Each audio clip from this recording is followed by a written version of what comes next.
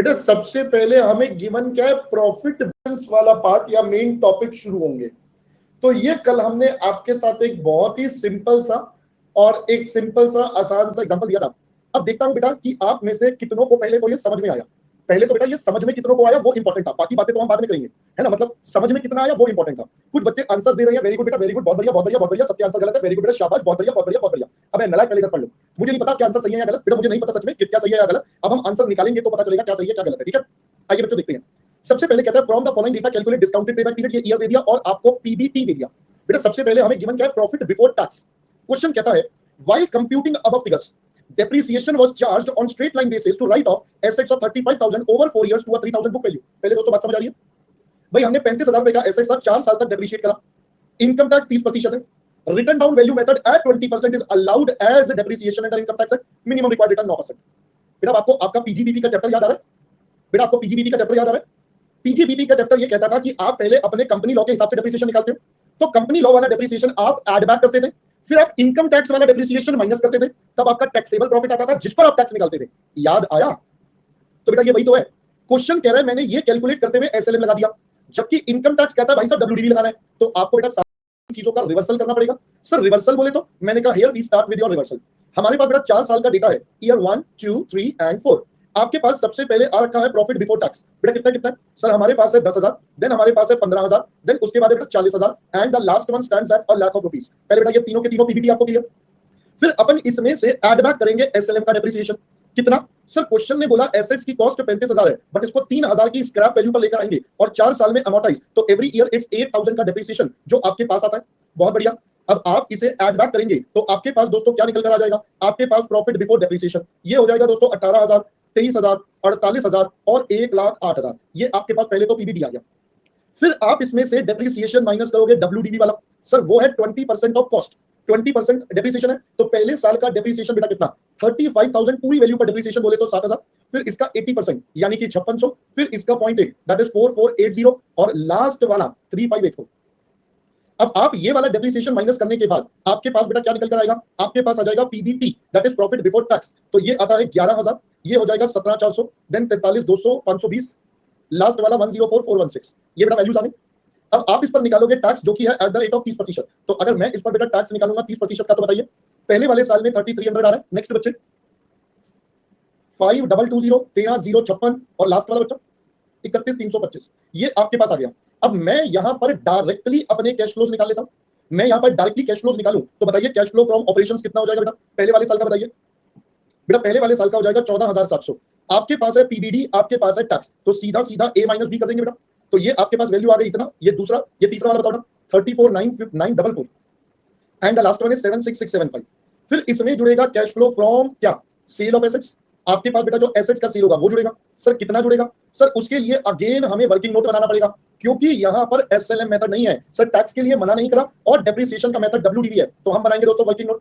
सबसे पहले cost of assets जो कि है हमारे पास 35,000, फिर आप इसमें से माइनस कर देंगे अपना एक्यूमुलेटेड डेप्रिसिएशन, वो इन सबका टोटल 7,5600, 4480 और 3584, ये आता है बेटा 20,664। तो यहां से निकलकर आ जाएगा हमारा book value. Book value 14,336 compare with sale value. Sale value given नहीं है तो साल्वेज वैल्यू के बराबर बोले तो 3,000। अब मैं इन दोनों को कंपेयर करूंगा तो we have our loss on sale, तो हमारे पास लॉस ऑन सेल है बेटा 11,336 का, ये बन जाएगा ए। तो यहां पर हमारी आ जाएगी टैक्स सेविंग एट 30%। तो आप बच्चे बता रहे हो 3401, तो यानी कि फाइनली मेरे पास कैश फ्लो कितना आ जाएगा? तो कैश फ्लो वुड बी, ये बन जाएगा बेटा बी, तो cash flow would be A plus B that is 6401। तो ये अमाउंट मेरे पास आएगा 6401। तो ये टोटल बन जाएगा 14,700, 17,780, 34,944 and the last one would be 670, 12, 13, 83076। अब बेटा हमारे पास कैश फ्लो आ चुकी है year 1 2 3 4।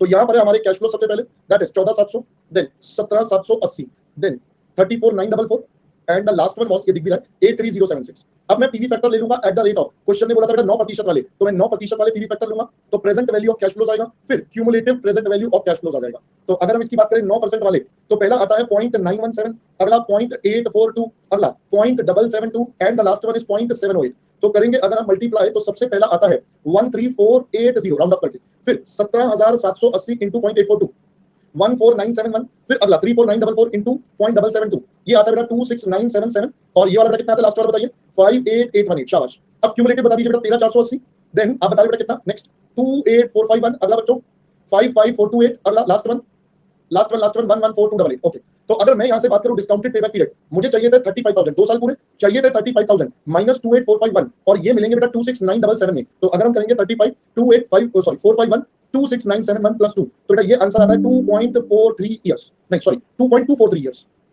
2.24 years. So this becomes your final answer. ये कहां क्या गड़बड़ है इसमें बताओ जरा, क्या है? 114246। ओके ठीक, हाँ जी समझ में आया है अब सारी की सारी बात बेटा। पहले तो आपको एवरीवन अंडरस्टूड पहले तो बेटा ये क्या हुआ सारा का सारा? ये बहुत ही बेहतरीन क्वेश्चन था, one of the very very tricky question.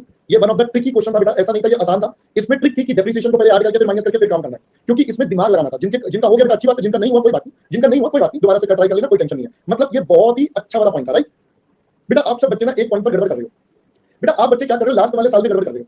मैंने दोस्तों आपको एक क्लियरली बात बोली थी, अगर क्वेश्चन ब्लॉक ऑफ एसेट्स का वर्ड बोलेगा तो आपको जो ब्लॉक वाला कॉन्सेप्ट था वो लगाना है, वरना तो नॉर्मली जैसे हम अकाउंट्स में करते हैं वैसे ही करेंगे। पहले मेरी बात समझ है, हम तो अकाउंट्स में लास्ट ईयर में भी डेप्रिसिएशन लगाते हैं, टिल डेट ऑफ सेल तक का डेप्रिसिएशन लगाते हैं और उसके बाद काम करते हैं। तो ब्लॉक ऑफ एसेट्स का concept is specifically used only for the purpose of taxation. पहले मेरी बात समझ आई, वो प्राइमरीली टैक्सेशन के लिए इस्तेमाल होता है। अब जब मुझे बोला ही नहीं जा रहा तो मैं तो अपने अकाउंट्स वाले तरीके से करूंगा, जब वो बोलेगा तभी हम इस्तेमाल करेंगे। ये मैं आपको कल से बोल रहा हूं बार बार।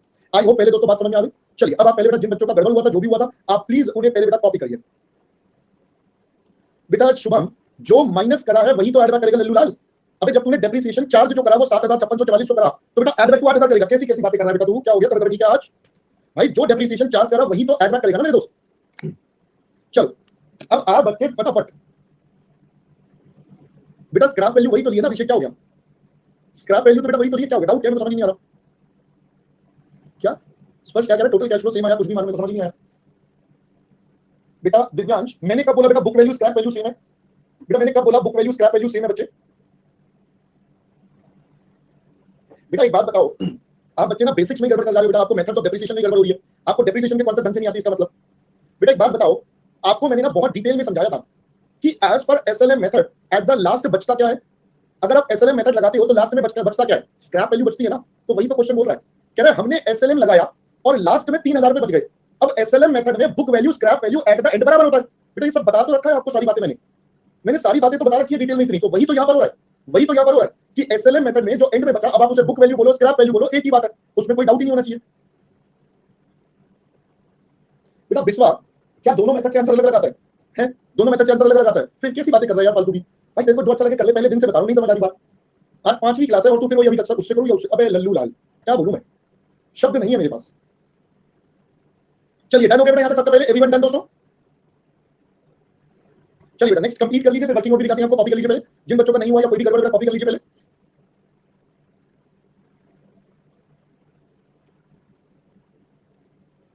बेटा यूट्यूब पर उसमें सिर्फ एक ही चैप्टर होगा बेटा। बेटा संगीता एसेट्स तो बिकेगा ना बच्चे, बिना एसेट्स बेचे क्या काम कर लोगे? आपको यार ये सब assumptions लिखवाई थी। देखो फिर आप कहते हो हम तो पढ़ के आए हैं, फिर आप कहते हो हम तो पढ़ के आए हैं, है ना? फिर आप सब मुझे कहते हो कि हम तो पढ़ के आए हैं और यहाँ पर आकर पता चलता है कि सब बंटा धार एकदम नहीं करवा रहा बेटा, स्पष्ट नहीं करवा डिस्कस। अबे नालायक, कर लूंगा भाई, मैं बहुत ज्यादा बिजी चल रहा हूं, नहीं है टाइम मेरे पास उसको देखने का, करवा दूंगा बाद में। बेटा देखिए गुड मॉर्निंग बच्चे, good morning, very very good morning बच्चे। आपने जो अकाउंट्स का डेप्रिसिएशन निकाला उसमें आपने ऑलरेडी माइनस कर दिया एसएलएम। अब एसएलएम तो अलाउड ही नहीं है, तो जब वो अलाउड नहीं है तो उसे वापस एड बैक करना पड़ेगा ना दोस्त, और जो अलाउड है वो माइनस करना पड़ेगा। भाई ग्रुप में पढ़ चुका है ना तू, टैक्स टू पढ़ चुका है ना ख्याल से।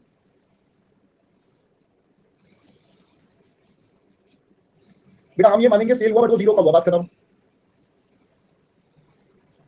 चलिए बेटा नेक्स्ट नेक्स्ट प्लीज।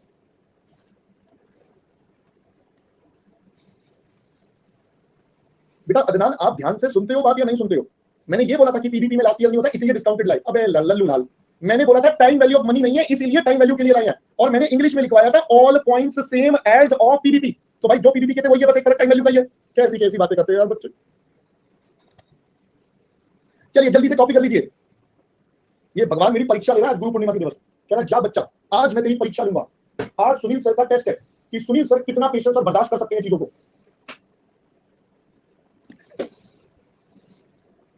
बिल्कुल मां मेरी शक्तियों का गलत इस्तेमाल हो रहा है। चलो बेटा आगे बढ़े। चलिए दोस्तों लेट्स मूव ऑन। बेटा पैट प्लस डेप्रिसिएशन से भी कर सकते हो, मैंने बोल दिया बता दिया सब कुछ कर दिया बच्चा, आप उस तरीके से भी कर सकते हो, ठीक है ना? चलो आज बेटा टेस्ट का टाइम है 7:30। आज जो टेस्ट का टाइम है बेटा वो है 7:30। Test is eight 7:30 PM।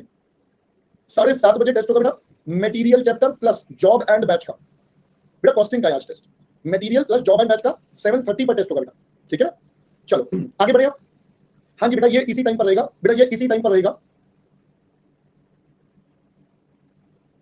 क्या बोल रहे हैं अंश? आपने मटेरियल चैप्टर किसी और ही लेवल पर पढ़ाया है, पहले तो कुछ भी नहीं सुना था ऐसा। अच्छा वो चल कोई बात नहीं, वो तुम्हारी इच्छा है, वो बेटा अलग भावनाएं हैं, उसके लिए मैं कुछ नहीं कर सकता। बेटा जितने तू चैप्टर पढ़ेगा ना, हर चैप्टर में तेरे को यही भावनाएं आएंगी, हर चैप्टर में तेरे को यही भावनाएं आएंगी। सर ऐसा भी होता है क्या? मतलब अच्छा चलो कह रहे हो तो मान लेते हैं, ठीक है। चलिए फिलहाल आगे बढ़ते हैं बेटा, आगे बढ़ते हैं बेटा, आगे बढ़ते हैं।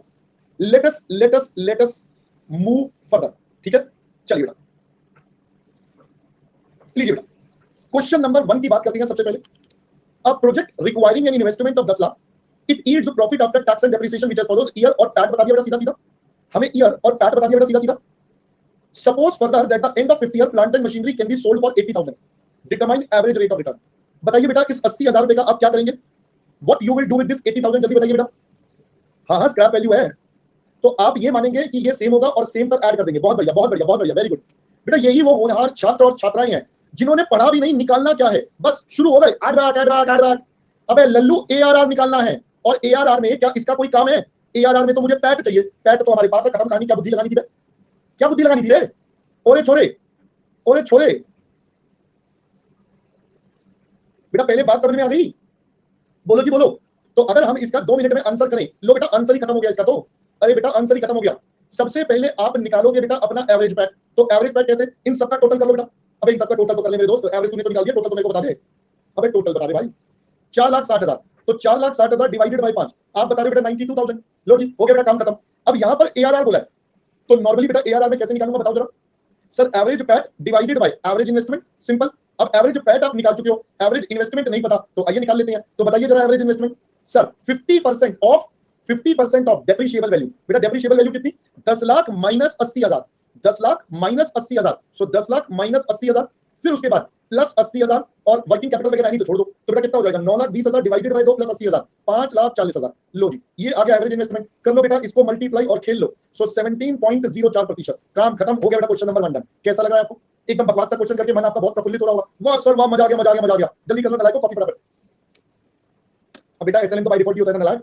और बाई चांस मान लो अगर हमें एआरआर निकालना होता ऑन ओरिजिनल इन्वेस्टमेंट, तो बेटा क्या हो जाता? 92,000 डिवाइडेड बाय 10 लाख, सिंपल। तो ये 9.2% आ जाता, काम खत्म। ठीक है जल्दी से करो बेटा कंप्लीट इसको।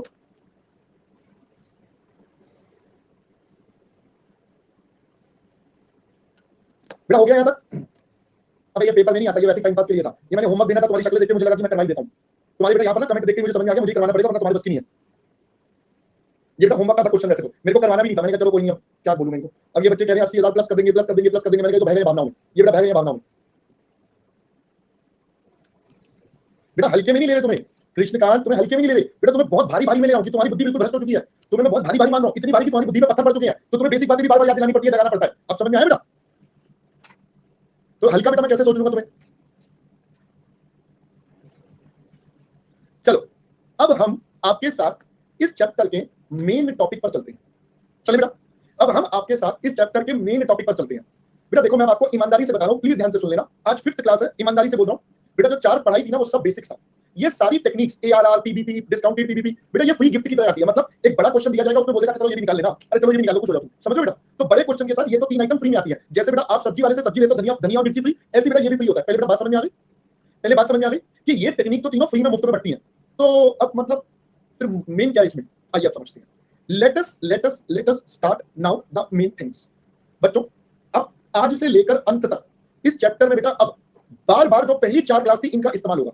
स्पेशली वो assumptions, कैश फ्लो की कैलकुलेशंस, फिक्स्ड एसेट्स वाली कैलकुलेशन, वो सब अगेन एंड अगेन बार बार इन सब चीजों का इस्तेमाल होगा।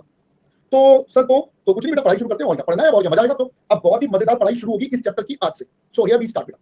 देखो हमारी एक सबसे major technique and one of the best technique to evaluate the decision is net present value. The best and one of the most important or widely used technique is the net present value. Now what is this net present value? मैंने कहा आइए जरा समझते हैं। बेटा पहली बात इसमें वर्ड आ रहा है प्रेजेंट वैल्यू। प्रेजेंट वैल्यू का मतलब क्या हो गया पहले तो ये समझते हैं।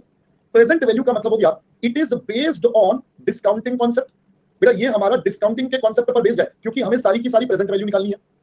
दूसरी बात सर अगर आप ये बात करें कि सर इससे पहले वाली जो टेक्निक थी, सबसे पहले एआरआर वाली टेक्निक क्या कहती थी? मैं तो प्रॉफिट देखूंगा, भाड़ में क्या गलती बोल रही थी। अगली वाली दोनों बोला कैश फ्लो देखेंगे, बट उनके साथ प्रॉब्लम क्या थी? सर वो सारे कैश फ्लोस को कंसीडर ही नहीं करते थे।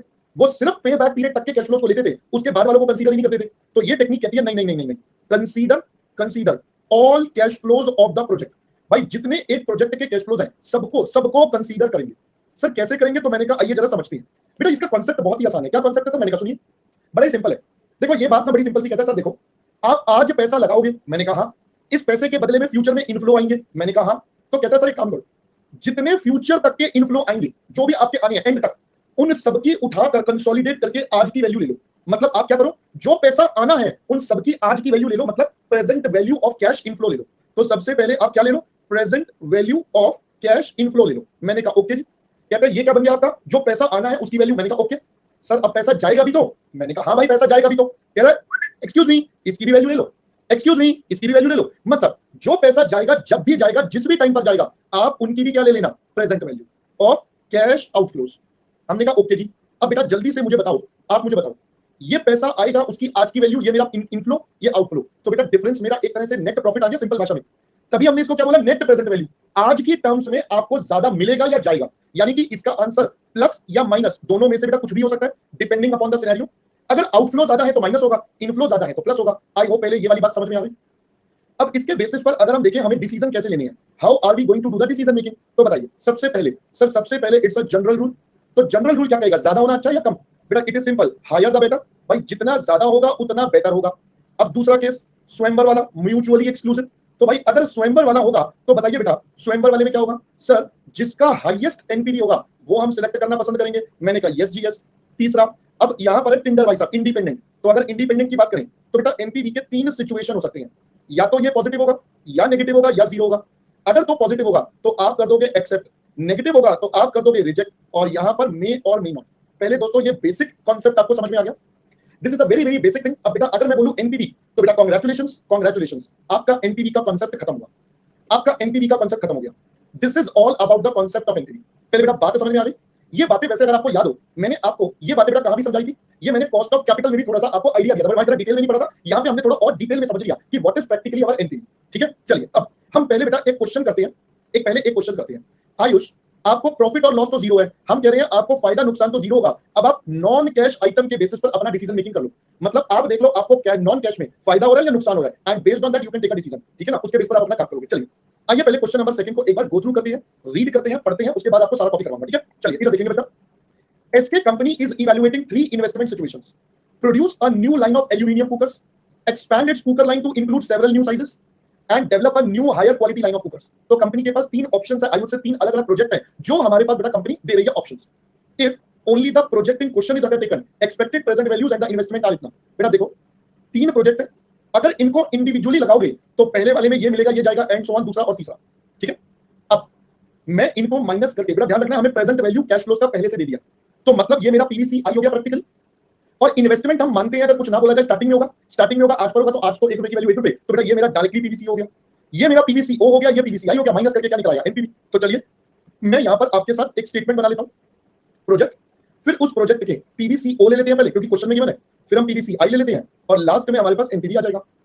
पहले प्रोजेक्ट 1 की बात करते हैं, 2 लाख रुपए और 2,90,000, तो बेटा प्रैक्टिकली 90,000 रुपए का एनपीवी आ गया। ऑल राइट सर, ये बात हमें समझ में आ गई। प्रोजेक्ट नंबर 2 पर चलें तो बेटा बताइए जरा, 1,15,000 1,85,000, 1,15,000 1,85,000, तो इसका मतलब 70,000 रुपए का एनपीवी आ गया। ऑल राइट सर, ये भी समझ में आ गया। तीसरा इज 2,70,000 और 4 लाख, 2,70,000 और 4 लाख, तो बेटा ये आ गया 1,30,000, ये भी मेरे पास डन हो गया। आई होप दोस्तों पहले यहां तक की सारी बात आपको दोस्त समझ में आ गई। चलो सिंपल था यहां तक, तो आगे बढ़ते हैं।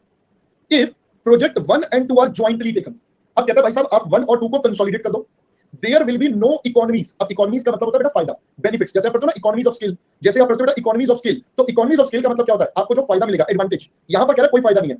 Investment required and present value will simply be the sum of the parts. मतलब सर अगर हम 1 and 2 करेंगे तो ये हो जाएगा 2 लाख प्लस 1,15,000, यानी कि इन्वेस्टमेंट 3,15,000 और 2,90 प्लस 1,85,000, बेटा ये हो जाएगा 4,75, और डिफरेंस हो जाएगा 9 और 7 16, 1,60,000। आई होप पहले ये वाला पॉइंट भी समझ में आ गया। अगर कंपनी इन दोनों को कंसोलिडेट करती है तो ये सिनेरियो। आगे बढ़ते हैं with 1 and 3, अब 1 और 3 को कर रहे हैं, economies are possible in investment because one of the machine can be used in both production. कह रहे अगर आप 1 and 3 लोगे तो आपको फायदा मिल जाएगा। Total investment 1 and 3 combined is 440। हमने कहा ओके, तो आइए जरा चेक करते हैं पहले 1 and 3। तो बेटा 1 का इन्वेस्टमेंट है 2,70,000, तो सर बनता तो ये 470 है, बनता तो ये 470 है, बट एग्जामिनर कह रहे भाई साहब इनका ना 440 में काम हो जाएगा, आपका 440 में काम हो जाएगा। तो इसका मतलब क्या मैं बोलूं 30,000 रुपीज का एडवांटेज मिल रहा है बेटा, 30,000 रुपीज का एडवांटेज मिल रहा है। इनफ्लो की बात करें तो 2,90,000 प्लस 4 लाख, ये तो बेटा 690 होगा, तो माइनस करके हमारे पास आ जाएगा 2,50,000 का एनपीवी। आई होप पहले दोस्तों ये वाला मैटर भी क्लियर हो गया। चलिए आगे बढ़ते हैं। आगे बोलता है प्रोजेक्ट 2 एंड 3 आर अंडरटेकन। अब 2 एंड 3 को कंसोलिडेट कर रहे हैं। Economies to be achieved in marketing and producing the project but not in investment. Expected present value of future cash flows 2 and 3 is 6,20,000। कहते हैं सर अब आप 2 एंड 3 को कंसोलिडेट करो तो आपको इन्वेस्टमेंट में तो कोई फर्क नहीं पड़ने वाला, यानी कि ये तो बेटा आपका 385 हो जाएगा।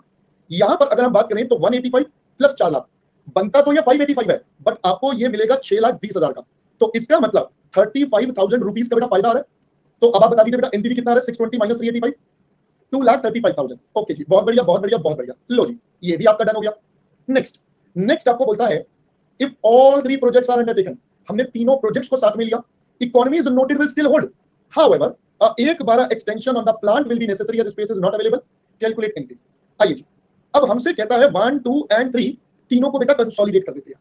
तो कहता है भाई अगर मैं कंसोलिडेट करूं तो 215 115 270 बेटा कंसोलिडेटेड तीनों आ गए। ओके, अब इसके बाद क्या कहता है, कहता है सर साथ साथ इधर भी तीनों बेटा कंसोलिडेट हो जाएंगे, 2,90,000 185 प्लस 4 लाख। अब दो बातें बोली गई। पहली बात, जो फायदे पहले मिले वो फायदे बेटा यूज हो जाएंगे, मतलब यहां पर 30,000 रुपीज बेटा माइनस हो जाएगा फायदे वाला। 30,000 रुपीज का जो फायदा था दैट विल कंटिन्यू, यहां पर 35,000 फायदा वाला विल कंटिन्यू। इसके अलावा 1,12,500 का और खर्चा हो जाएगा, तो बेटा ये आपका इन्वेस्टमेंट बढ़ गया। अब आप इनका टोटल कर लीजिए बेटा दोनों का, तो पहले वाले का टोटल कितना था पीवीसी होगा 667,500, 667,500 बेटा इधर वाले का 9,10,000 आप बता रहे हो, तो बेटा एनपीवी बताइए 2,42,500। पहले दोस्तों बात मैटर कॉन्सेप्ट समझ में आया। अब आप मुझे बताइए सबसे ज्यादा, क्योंकि ये सब म्यूचुअली एक्सक्लूसिव है, क्योंकि ये सब म्यूचुअली एक्सक्लूसिव है, तो सबसे ज्यादा फायदा बेटा किसमें हो रहा है, सबसे ज्यादा फायदा आपको बेटा इसमें हो रहा है 2,50,000 का। अबे लल्लू ध्यान से तो देख लो बेटा, सबसे ज्यादा फायदा 2,50,000 में हो रहा है, तो यानी कि अब मैं अपना कंक्लूडिंग रिमार्क क्या लिखूंगा, तो हम यहां पर लिख देंगे it is recommended to invest in project 1 and 3 simultaneously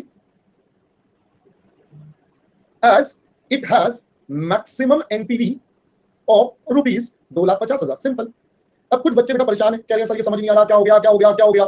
अबे लल्लू लाल, यहां पर बोला 1 and 3 कंसोलिडेट करके आपको फायदा मिलेगा, हमें बताया 1 and 3 का वैल्यू 4,70,000 है, बट क्वेश्चन ने बोला 440 लगेगा, तो यानी कि 30,000 का फायदा मिलेगा तभी तो 440 होगा ना, वरना तो 470 बन रहा था, तो 30 का फायदा। ऐसे ही यहां पर बोला इन दोनों का टोटल जो है वो 620 होगा, आ रहा है 585, तो 35,000 का फायदा। फिर लास्ट में बोला कि भाई जितने फायदे आपने ऊपर नोट करे थे, ये -30 और ये +35, दिस विल कंटिन्यू, तो कंटिन्यू होगा क्योंकि अब अपन सबको कंसोलिडेट कर रहे हैं, तो ये 30 का फायदा भी मिलेगा, ये भी मिलेगा, दोनों मिल गए। यहां पर ये एक्स्ट्रा था, सिंपल हो गया, खत्म हो गई पूरी कहानी। ठीक है जी, अब हमें तो सिंपल सा काम करना था, हमारा अभी बताया स्वयंवर होगा, तो इसका मतलब स्वयंवर होने का मतलब है हमें कोई एक सिलेक्ट करना है जिसका एनपीवी सबसे ज्यादा, तो बेटा जिसका एनपीवी सबसे ज्यादा 2,50,000। सिंपल। आई होप दोस्तों अब आपको पहले बात समझ में आ गई है। अब होल्ड है होल्ड, सबने बता दिया 10 बार, फिर भी नहीं, हम तो आप बताओ, ठीक है ना, नलायक है सारे। बेटा कैश फ्लो ये मिलने वाला है लल्लू, कैश फ्लो ये मिलने वाला है, तो आपको 585 की जगह 620 मिल रही है, तो बेटा यानी कि आपको ज्यादा मिल रही है ना नलायक। ठीक है, चलो अब आप पहले कॉपी कर लीजिए बेटा, हाँ जी, यहां से कॉपी करना बेटा शुरू कर लीजिए, यहां से आपने बेटा कॉपी करना एनपीवी के कॉन्सेप्ट से, करिए बेटा, शाबाश।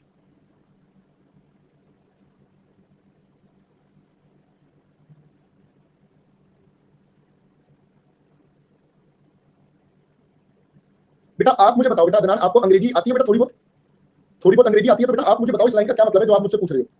आप ही बता दो बेटा, मेरे को नहीं आती, आप बताओ पहले आपको क्या समझ में आ रहा है, इसका क्या मतलब है।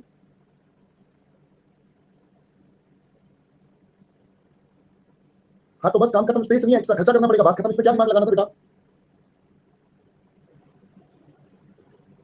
चलिए आगे बढ़ते हैं बेटा।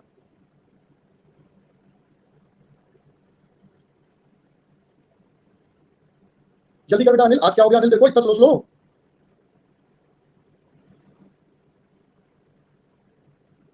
बेटा अदनान क्या हो गया बच्चा, तेरे को क्या हो गया आज, क्या हो गया, मतलब तभी तभी ठीक है तेरी बेटा, या आज तू सोच के आज मैं सुनील सर की परीक्षा लूंगा। बेटा क्वेश्चन ने सीधा सीधा बोला है वो स्पेस नहीं है, तभी तो और खर्चा करके वो पॉसिबल कर रहे हैं नलायक। कैसी कैसी बातें कर रहा है बेटा आज तू।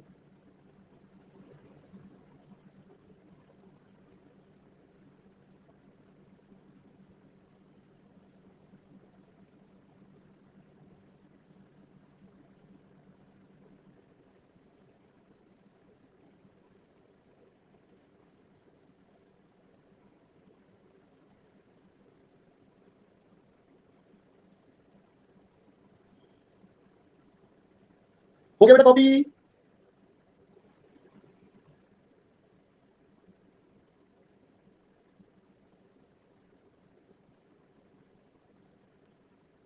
करिए बेटा नेक्स्ट क्वेश्चन नंबर सेकंड।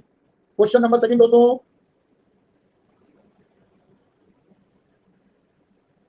अरे 1 सेकंड 2 सेकंड वालों जल्दी करो।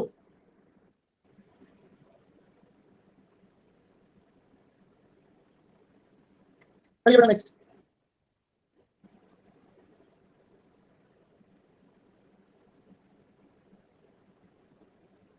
ऑब्वियसली हिमांशी बेटा, तुझे क्या लग रहा है हम सब कुछ बिल्कुल ऐसे आराम आराम से चलाते रहेंगे, टाइम पास करेंगे बेटा?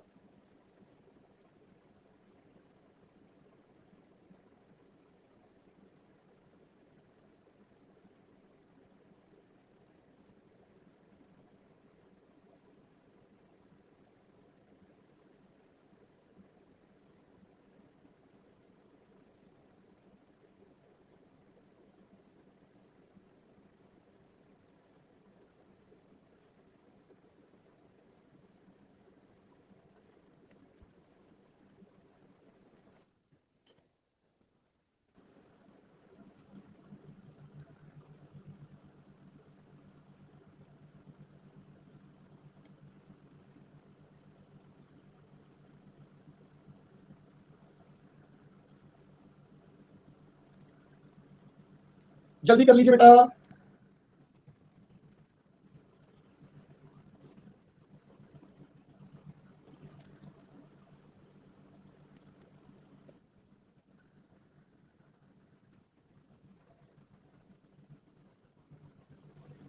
करिए बेटा next.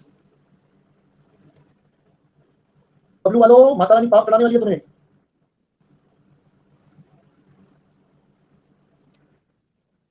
O done and dusted. बेटा डस्ट किसको कर दिया? मम्मी को। मम्मी के लिए भी कभी काम कर दिया डस्टेड वाला?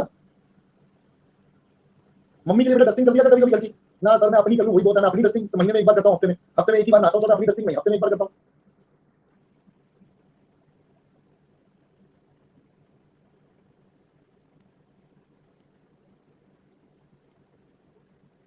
करिए बेटा नेक्स्ट।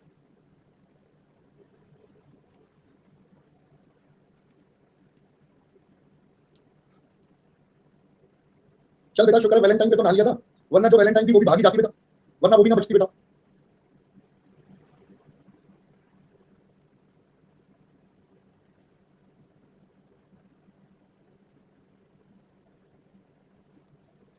अब उससे मिलेगा तो अगले वैलेंटाइन पे ही ना बेटा, बीच में मत मिलियो, बीच में मत मिलियो बेटा, वरना गड़बड़ हो जाएगी सारी। अब वो देख उसका दुख कह रहा है, मैं तो रोज नहाता हूं फिर भी नहीं मिलती। बेटा अगर सिर्फ नहाना ही क्राइटेरिया होता, अगर सिर्फ नहाना ही क्राइटेरिया होता तो बात ही क्या बेटा, फिर तो जीवन में प्रॉब्लम ही नहीं बची ना बेटा। लो जी मैंने टेस्ट का लिंक पिन कर दिया है, सब बच्चे एनरोल कर लो, सब बच्चे बेटा एनरोल कर लो, टेस्ट का लिंक पिन कर दिया है। चलिए चलते हैं बेटा आगे।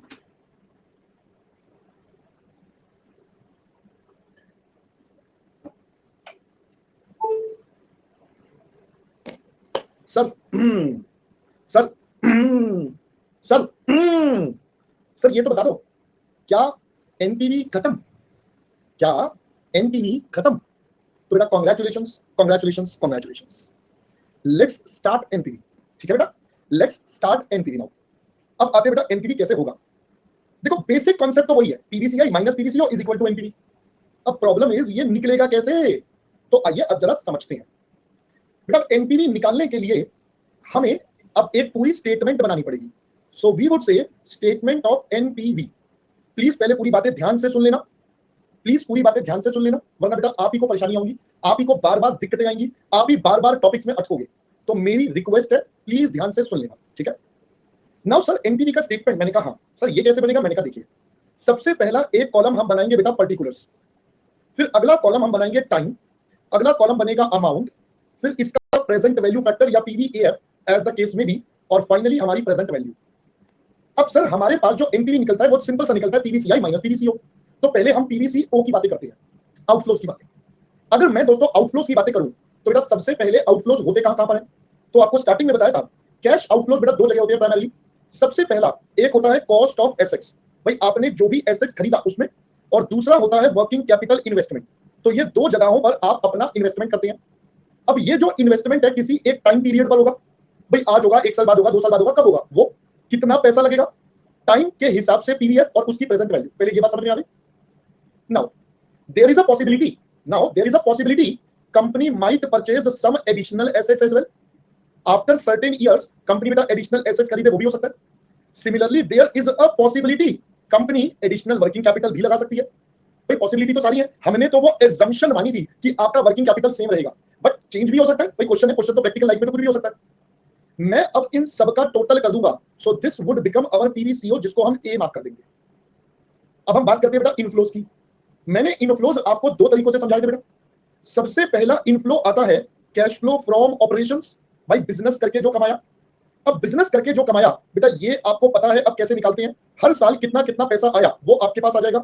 ये निकालने के लिए आपको वर्किंग नोट बनाना पड़ेगा। तो जो अभी तक हम क्वेश्चन कर रहे थे जिसमें कैश फ्लो फ्रॉम ऑपरेशंस निकाल रहे थे बेटा, वो आपका वर्किंग नोट बनेगा। यहां तो सिंपल वैल्यूज आ जाएंगी, तो ये सारा वर्किंग नोट में कैलकुलेट होगा। फिर इसके अलावा हमारे पास cash flow from sale of assets भी आएगा। अब इसका भी वर्किंग नोट बनता था या नहीं बनेगा, शॉर्टकट लगेगा, वो केस टू केस वेरी करेगा। फिर उसके अलावा जो वर्किंग कैपिटल लगाया था वो रियलाइजेशन होगा। क्वेश्चन साइलेंट है तो 100% eight the end of the project मान लेंगे। मैं इन सबका टोटल करूंगा तो ये बनेगा पीवीसीआई, और फाइनली हमारे पास आएगा एनपीवी बी माइनस ए। पहले यहां तक की बात समझ आइए, अभी रुको। अब इस पूरे टॉपिक में there are certain important points जहां पर अभी आगे चल के आप गलतियां करने वाले हो। मैं पहले से बता रहा हूं गलतियां करने वाले हो, मैं नहीं कह रहा करोगे, मैं कह रहा हूं करोगे पक्का करोगे। अब वो क्या है जरा पॉइंट्स को समझते हैं। अब जब हम बात करते हैं ना आउटफ्लो वर्सेस इनफ्लो की, आप में से किसी भी बच्चे ने एक डाउट नहीं पूछा मुझसे। सर सबसे पहले एक डाउट बनता था यहां पर जो आप में से किसी ने भी नहीं पूछा। वो डाउट क्या था, आइए अब हम समझते हैं पहले डाउट को, क्योंकि वो हमें बहुत इंपॉर्टेंटली समझना पड़ेगा, क्योंकि अगर वो नहीं समझा तो गड़बड़ हो जाएगी पूरे टॉपिक में। सर डाउट ये आता है जब हम कैश फ्लो फ्रॉम ऑपरेशंस बनाते हैं, जब हम कैश फ्लो फ्रॉम ऑपरेशंस बनाते हैं हम उसमें लिखते हैं सेल्स। सर मान लिया सेल्स तो मेरा इनफ्लो है, फिर हम वेरिएबल कॉस्ट फिक्स्ड कॉस्ट वहीं पर माइनस कर देते हैं, जबकि वो तो मेरा टेक्निकली आउटफ्लो है, जबकि वो तो मेरा टेक्निकली आउटफ्लो है। तो हम सर उसको वहीं क्यों माइनस करते हैं, हम उसको पीवीसीओ में क्यों नहीं दिखाते? पहले डाउट समझ आया। सर जो वीसी और एफसी है तो वो आउटफ्लो ना, मेरा पैसा मेरी पॉकेट से जा रहा है, बट हम उसको इसमें क्यों मर्ज करते हैं, हम इसमें क्यों नहीं दिखाते? Why don't we show it as outflow rather than the, why don't we show it as operations rather than outflow? पहले डाउट सबको समझ में आना चाहिए बेटा, पहले डाउट सबको समझ में आना चाहिए। Okay, now the solution to the doubt. Solution to the doubt is, दोस्तों वो जो पैसा है वेरिएबल कॉस्ट फिक्स्ड कॉस्ट या जो भी है बेटा, वो हम यहां पर एडजस्ट करते हैं because they are allowable expense for tax. पहले बात समझ आई, they are revenue nature expenses, और I would say the main reason is उसके बेस पर ही टैक्स की कैलकुलेशन होती है, इसीलिए हम उनको यहीं पर एडजस्ट करते हैं बिकॉज टैक्स इसी के बेस पर निकलता है।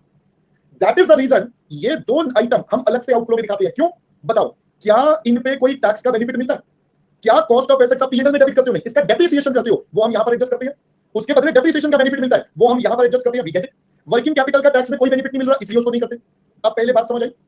तो बेसिकली आपको क्या ध्यान रखना है, सर जितने कैपिटल नेचर की आइटम होंगी बेटा वो यहां पर आएंगी, और जो रेवेन्यू नेचर की होंगी बेटा वो यहां पर आएंगी। पहली बात आपको समझ में आ गई बेटा, पहली बात समझ में आई। अभी रुक जाओ, पूरी बातें बची है बेटा, अभी खत्म नहीं हुआ है बेटा, अभी काम खत्म नहीं हुआ, अभी तो सिर्फ थोड़ा सा हिंट दिया है। सर अब एग्जाम में ना बड़े ही उल्टे सीधे क्वेश्चन है, अभी रिसेंटली मैं बात कर रहा हूं, थोड़े से ट्विस्टेड क्वेश्चन है। चलो वो जब टॉपिक आएगा तब बात करेंगे, पहले इतनी बात को समझ लेते हैं, पहले इतना एक बार दिमाग में फिट करते हैं, पहले इतना एक बार दिमाग में फिट करते हैं, क्योंकि मैं ज्यादा बताऊंगा तो कॉम्प्लिकेशन और कंफ्यूजन बढ़ जाएंगे, और मैं नहीं चाहता भी वो कॉम्प्लिकेशन एकदम से दिमाग में आए। वो हम बातें बाद में करेंगे, हम सारे पॉइंट्स डिस्कस करेंगे। पहले इतने को स्ट्रॉन्ग करते हैं, इतने हिस्से को पहले स्ट्रॉन्ग करते हैं, फिर ये भी सिखाऊंगा क्या मैं ये वाली आइटम इधर लिख दूं तो क्या आंसर आ जाएगा, मैं अपने आउटफ्लोज यहां लिख दूं और मैं सेल्स यहां लिख दूं तो क्या आंसर आ जाएगा? तो आंसर इज यस आ जाएगा। बट कैसे आएगा, क्या आएगा, कितनी बुद्धि कितना दिमाग लगेगा, वो हम बाद में डिस्कस करेंगे। ठीक है, वो हम बाद में डिस्कस करेंगे, अभी हम उसके लिए नहीं करेंगे। बट पहले बेटा ये समझ में आ गया, प्राइमरीली आपको यहां पर वो आइटम लेनी है जो कैपिटल नेचर की हो, या सिंपल भाषा में बोलूं तो वो आइटम जिनके ऊपर टैक्स का एडजस्टमेंट नहीं होना। यहां पर वो जिनके ऊपर टैक्स आना है, और ये तो आपका इनफ्लो है। आई होप पहले बात समझ में आ गई यहां तक की। चलिए अब एक पीटीआर बनाते हैं, सिंपल सा पॉइंट है बेटा। अब पहले मैं एक लॉजिक से बात करता हूं, फिर मैं मैथमेटिकली बात करूंगा। बेटा आप मुझे बताइए, आज 1 रुपए की वैल्यू कितनी, आज 1 रुपए की परचेसिंग पावर कितनी? 1 रुपया। बहुत बढ़िया बेटा, यहीं पर हमारा अगला कॉन्सेप्ट बनता है। बेटा हम यहां पर बोलते हैं, हम यहां पर क्या बोलते हैं बेटा, ध्यान से सुनना, हम यहां पर बोलते हैं time period for today is referred as time zero. क्या पहले बेटा बात समझ में आ गई? अगर हम आज की वैल्यू बोलेंगे, आज का टाइम पीरियड बेटा बोलते हैं टाइम जीरो, तो यानी कि 1 का मतलब क्या होता है? 1 का मतलब हो गया ईयर एंड का 1, ईयर एंड का 2, ईयर एंड का 3। पहले ये बात समझ में आ गई? Okay, PVF at any are percent of time zero, बेटा ये क्या होगा? 1/1 प्लस आर की पावर जीरो हो जाएगा, 1/1 प्लस आर की पावर जीरो। बेटा किसी की भी पावर 0 1 तो 1, तो अब समझ में आ गया। 1 रुपए की वैल्यू बेटा 1 रुपए होती है, जो मैंने आपसे पहले बोला 1 रुपए की वैल्यू 1 रुपए होती है। अब आपको समझ में आ गई ये वाली बात, मैंने मैथमेटिकली भी बता दी और लॉजिकली भी बता दी। अब आते हैं बेटा तीसरे पीटीआर पर। अब देखो एग्जामिनर हमारा थोड़ा सा शाना है। अब एग्जामिनर क्या शाना है आइए जरा समझते हैं। बेटा आप मुझे बताइए, ये है आज टाइम 0, ये 1 क्या है बच्चा? ये 1 क्या है सर? क्या मैं बोलूं ईयर एंड 1 का, या मैं बोलूं फर्स्ट ईयर का एंड है? ये बेटा हमारे पास क्या है? सेकंड ईयर का एंड है। ये हमारे पास थर्ड ईयर का एंड है। बहुत बढ़िया बहुत बढ़िया बहुत बढ़िया। अब मैं इसको एक और तरीके से बोल सकता हूं। एग्जामिनर बेटा बहुत चतुर चला के मैं बता रहा हूं, वो शब्दों के जाल में फंसाएगा। देखिए कैसे। क्या मैं इसको ये वाले पॉइंट को बोल सकता हूं सेकंड ईयर का बिगिनिंग? क्या मैं बोल दूं दिस इज सेकंड ईयर का बिगिनिंग? सिमिलरली ये पॉइंट क्या बन जाएगा? थर्ड ईयर का बिगिनिंग। तो बेटा यहीं से हमारा अगला पीटीआर आता है। We always have to mention time for the end of year in NPV statement. पहले बच्चा मेरी बात समझ में आ गई? सर अब ऐसा क्यों, ये भी थोड़ा डिस्कस कर लो। तो बेटा आंसर इज सिंपल। मान लो एग्जामिनर ने बोला सेकंड ईयर के बिगिनिंग में 500 रुपए मिलेंगे, सेकंड ईयर के बिगिनिंग में 500 रुपए मिलेंगे। तो बेटा मुझे बताओ उसकी प्रेजेंट वैल्यू निकालने के लिए मुझे पीवी फैक्टर कौन सा लगाना पड़ेगा? उसकी प्रेजेंट वैल्यू निकालने के लिए मुझे पीवी फैक्टर तो यही वाला लगाना है। अब जब हम ये स्टेटमेंट बनाते हैं तो अगर मैंने जल्दी जल्दी में यहां 2 लिख दिया तो मेरे को पता है एग्जाम में मैं पीवी फैक्टर भी कौन सा लगा दूंगा? 2 वाला। तो इस वजह से आपको इस पॉइंट का ध्यान रखना है कि आपको ईयर हमेशा कौन सा वाला लेना है बेटा? एंड वाला लेना है। हमेशा एंड वाले का सोच के काम करना है। बात समझ में आ गई? बोलो जी। चलिए अब आप पहले बेटा इसको कॉपी करिए, फटाफट से करिए करिए करिए, कॉपी करिए।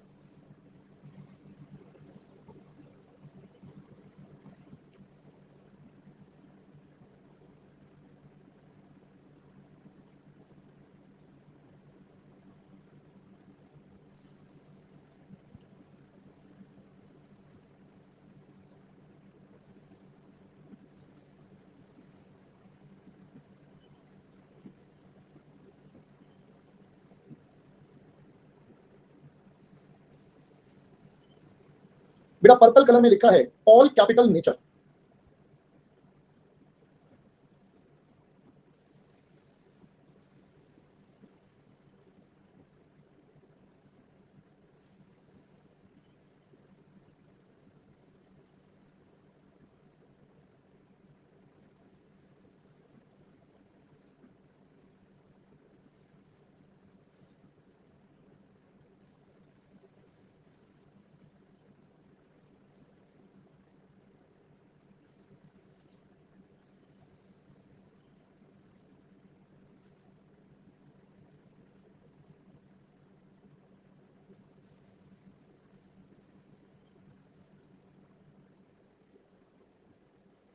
हो गया बच्चों यहां तक?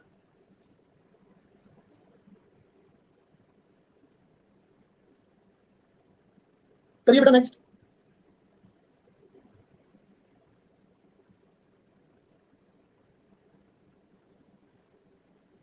अबे वेट वालों मैं क्या बोलूं तुम्हें।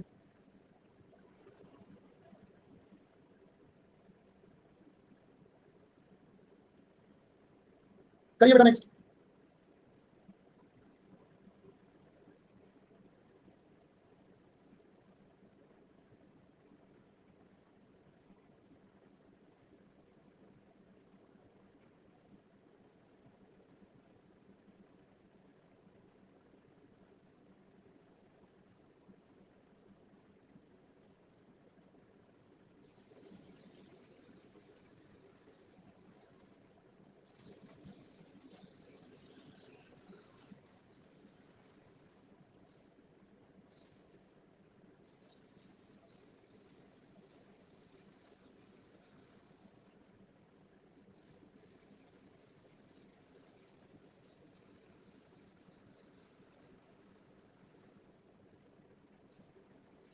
हो गया दोस्तों? बेटा हमें हमेशा लास्ट वाला ईयर लेना है। अगर हमें बोला है बिगिनिंग है तो हमें एंड वाले में कन्वर्ट करना है, क्योंकि हमें पीवी फैक्टर बेटा उसी साल का लेना होता है। That is the simple thing. I guess we shall move ahead. हाँ भाई वीर जवानों चलिए let's move ahead. Question number 3 पर आते हैं बेटा। देखिए क्या कहते हैं। Compute the net present value of for a project with net investment of 1 lakh and net cash flows for year 1 इतना, ईयर 2 इतना, ईयर 3 इतना। Further companies cost of capital 10%। अब देखो बेटा आपको 10% के पीवी फैक्टर गिवन है। You are given with the PV factor of 10%। तो आइए जरा देखते हैं बेटा इसको कैसे करेंगे। बहुत सिंपल सा। अपन इसके लिए यहां पर बनाएंगे बेटा स्टेटमेंट ऑफ एनपीवी। पहला कॉलम आ जाएगा पर्टिकुलर्स, फिर हमारे पास आ जाएगा टाइम, अमाउंट, पीवीएफ और बेटा पीवी। चलिए सबसे पहले क्वेश्चन ने बोला एनपीवी निकालना है, तो बेटा बताइए हमारा पैसा कहां लग रहा है? सर पैसा लग रहा है 1 लाख रुपए यहां पर, एंड कुछ नहीं बोला तो ये पीरियड के बिगिनिंग में लगेगा। तो आई वुड से हमारे पास होगी बेटा इन्वेस्टमेंट होगी टाइम 0 पर, और वो होगी 1 लाख रुपए। टाइम 0 का पीवी फैक्टर 1, तो प्रेजेंट वैल्यू बेटा 1 लाख रुपए, और कुछ दिया नहीं है, तो यही टोटल करके मेरे पास आ जाएगा पीवीसीओ। अब इनफ्लोस की बात करते हैं। पहले साल 55, 80, 15, तो बेटा यहां पर हम बात करेंगे कैश इनफ्लोस ईयर 1, 2, 3। तो पहले साल 55,000 है, फिर 80,000 है, और फिर 15। अब देखो आपको पीवी फैक्टर भी गिवन है 0.909, 0.826, 0.751, ये बेटा तीनों पीवी फैक्टर भी है। आइए मल्टीप्लाई कर देते हैं, तो हमारे पास आता है 49,995, देन 80,000 इंटू 0.826, 66,080, 15,000, 0.751, 11,265। पहले यहां तक हो गया बेटा, याद रखना इसके बाद क्वेश्चन खत्म मत कर देना। आप क्या करोगे, चलो खत्म हो गया, नो। अब इसके बाद हमेशा एक बार क्वेश्चन को स्टार्टिंग से चेक करेंगे। सर क्या मतलब? बेटा आपके पास यहां पर क्या गिवन है, इन्वेस्टमेंट जो करी आपने, बताइए क्या इस इन्वेस्टमेंट की सेल वैल्यू गिवन है? मेरे साथ साथ सोचिए कैसे करना होता है। क्या इस इन्वेस्टमेंट की सेल वैल्यू गिवन है? तो आंसर इज नो। अगर सेल वैल्यू नहीं गिवन तो किसके बराबर? तो सर सेल वैल्यू स्क्रैप के बराबर। सर यहां तो स्क्रैप भी गिवन नहीं है, तो सब कुछ जीरो है, तो अब वी आर डन, हमें कुछ और दिमाग नहीं लगाना। मैं अगर इसका टोटल कर दूं 127,340, ये बन गया बेटा पीवीसीआई। तो finally at the end we will have NPV, that will be be minus 27,340। पहले दोस्तों बात और कॉन्सेप्ट अब आपको समझ में आ गया? Everyone got it? पहले बेटा कैसे कैसे सारा काम हुआ है, एकदम सिंपल सा था, बस आपको बेसिक्स क्लियर करवाना था कि हाँ यार इसका बेसिक्स ना इस तरीके से करना है आपको। बोलो जी, पहले बात और कॉन्सेप्ट बेटा समझ में आया है? चलो कॉपी करो बेटा, जल्दी से कंप्लीट करो बेटा, जल्दी जल्दी से कंप्लीट कर लीजिए प्लीज।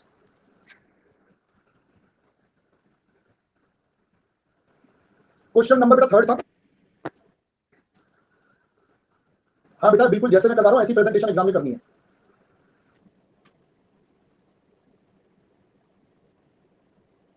बेटा कॉस्ट ऑफ एसेट्स सेल के बराबर बेटा कैसे होगा, मुझे बताओ कैसे होगा बेटा सेल के बराबर? कैसी कैसी बातें कर रहे हो बेटा, ये कोई नॉन डेप्रिशिएबल एसेट्स है क्या यार? बेटा टाइम 0 का पीवी फैक्टर क्या होता है? 1 रुपए। अभी तो पीटीआर लिखवाया पूजन, गुड मॉर्निंग बेटा। चलिए मैं उम्मीद कर रहा हूं बेटा यहां तक आपने कंप्लीट कर लिया है। Everyone is done up to this level बेटा? अभी जल्दी करो डब्ल्यू वालों, माता रानी पाप चढ़ाने वाली है तुम्हें।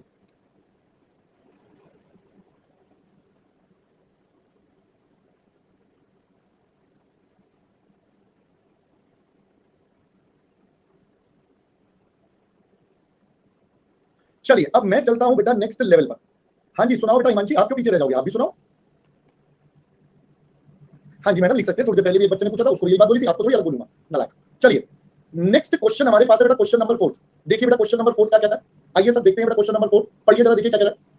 Question number 4 says company is a small company currently analyzing capital expenditure proposal for the purchase of equipment. Company uses the net present value technique to evaluate project. The capital budget is limited to 5 lakh, which SK Limited believes is the maximum capital it can raise. मतलब बेटा 5 लाख रुपए invest कर सकते हैं बस ये। Initial investment and projected cash flows for each are shown below. Cost of capital of company is 12%. बेटा ये कंपनी का minimum required rate, cut off rate, cost of capital, opportunity cost, जो मर्जी बोल दो। बेसिकली ये आपका पीवी फैक्टर वाला कॉन्सेप्ट बन गया बेटा, जो आपको आपके पीवी फैक्टर पे अप्लाई करना है। बोलो जी बोलो, समझ में आ गया? पहले required to compute the NPV of the different project. Initial investment बेटा टाइम 0 की 5 साल का कैश फ्लोज है। यहाँ पर ए का अलग, बी अलग, सी अलग, डी अलग, तो 4 स्टेटमेंट बनेगी बेटा। या तो आप 4 स्टेटमेंट बना दो या कंसोलिडेट कर दो, जैसे मर्जी कर लो। तो बेटा आपको पता ही है, समझदार तो आप हो, ये टाइम पास है, आपकी प्रैक्टिस के लिए घर पे कर लेना, ठीक है बेटा? टाइम पास है बेटा आपकी प्रैक्टिस के लिए, ज्यादा कुछ नहीं है, आप घर पे कर लेना। कोई इतना मतलब ऐसा क्वेश्चन नहीं है जिसमें मतलब कैसे ना बहुत ज्यादा दिमाग लगना है, कुछ लगना ना, बिल्कुल लिख दो, अपने आप कर लोगे, मेरे को पता है, ये समझदार बच्चे हो सारे, ठीक है? चलो कुछ समझे अब कुछ समझे बेटा? चल तो आइए जरा अब कुछ समझने की कोशिश करते हैं। Let us understand some part. Hello sir, क्या हाल चाल तेरे? सर मस्त है। अचानक से मिला तू? क्या बोले सर? इतने दिन के बाद क्यों मिला? अरे तो मैं तो रोज हैंडल करता, आप ही नहीं कॉल लगा तो मैं क्या करूं? ओहो ये तो चीटिंग कर रहा था। मैंने कहा नहीं आज मैं अनिल से बात करूंगा बड़े दिन के बाद। अरे अरे क्या बात है, क्या बात है। चल भाई क्या टाइम पे, ये तो बता दे तू कैसा है आजकल, क्या कर रहा है? बढ़िया बढ़िया है, सब ठीक है? अच्छा मैं तो हमेशा मस्त रहता हूं। और वो सहेली ठीक है 5th क्लास वाली? हां वो सब सही है, घर में सब सही है। बात करी तूने दोबारा उस सहेली से? हां सर बात करी उससे फिर हमारी क्लास के बाद फाइनली तूने? हां उसने बात करी? ऐसा मैं क्यों करूंगा, वो करेगी ना। अच्छा उसने बात करी या तूने बात करी? उसने करी है। उसने बात करी तेरे से? अरे बाप, ये तो मतलब उसने क्या मेरी क्लास देख ली थी क्या उसने भी? क्या पता। अच्छा उसका क्या बता, चलो ठीक है, मतलब ठीक है ना सब, मतलब मामला ठीक चल रहा है? हां तू नियो की तरह आगे चल रहा है अपनी अरे लाइफ में? ये अपना लेजेंड बन रहा है। अच्छा नियो लेजेंड है, तू अभी एलिमेंट्री स्टेज पर है। देख बाकी बच्चों को समझ ही नहीं आ रहा हम क्या बातें कर रहे हैं अनिल, ये सब किसी नालायक को समझ नहीं आ रहा। इनको लग रहा है तो कुंभ के बिछड़े हुए दोनों भाई मिल गए, आपस में ऐसी ऐसी बातें कर रहे हैं और बताते हैं घर पे सब ठीक है। तू बता तो बेटा ये कौन है, ये मैं बता देता हूं। ये बेटा बच्चों को पता नहीं है, जिन बच्चों ने कॉस्टिंग नहीं पढ़ी ना उन्हें अनिल के बारे में कुछ नहीं पता है ना। तो जिन बच्चों ने कॉस्टिंग नहीं पढ़ी उन्हें अनिल के बारे में नहीं पता, जिन्होंने कॉस्टिंग पढ़ी उन्हें अनिल की सारी बातें पता है ना। चल कोई बात नहीं, चल अनिल हम काम की बात करते हैं, छोड़ इनको मरने दे नालायक सारे के सारे। बस इनका एक ही डाउट आता है, sir repeat, sir wait, sir done, बस ये डाउट आते हैं इनको नालायकों को। हां चलो अनिल मुझे एक बात बता। अनिल हेलो क्या? अनिल घर पे अभी गर्मियां चल रही थी बहुत ज्यादा, हाँ तो तूने कूलर खरीदा कोई? नहीं सर, पंखा था ना। अच्छा, पंखे वाले से इस्तेमाल कर रहा था, कूलर नहीं लिया? नहीं सर। ओहो, चल कोई बात नहीं। अच्छा एक बात बता, जब हम कूलर लेते हैं या स्कूटी लेते हैं या गाड़ी लेते हैं, ठीक है, कोई भी एक एसेट्स लेते हैं, कूलर, एसी, स्कूटी, गाड़ी, कुछ भी परचेज करते हैं, यस और नो? Yes sir. तो बता, पहले तो हम उसे खरीदने के पैसे देते हैं, हाँ। फिर उसके बाद और क्या पैसे लगते हैं? अपना उसके बाद टैक्स लगता है, अगर कार लेंगे तो अपना। वो भी लग गया, हो गया सब। उसके बाद क्या होता है? आ गया, तेरे घर पे आ गया। अब उसके बाद हम लोग को ये इंस्टॉलेशन करना पड़ता है। स्कूटर कहाँ इंस्टॉल करेगा? घर पे कनेक्ट करना ना। अबे स्कूटी इंस्टॉल कहाँ करेगा?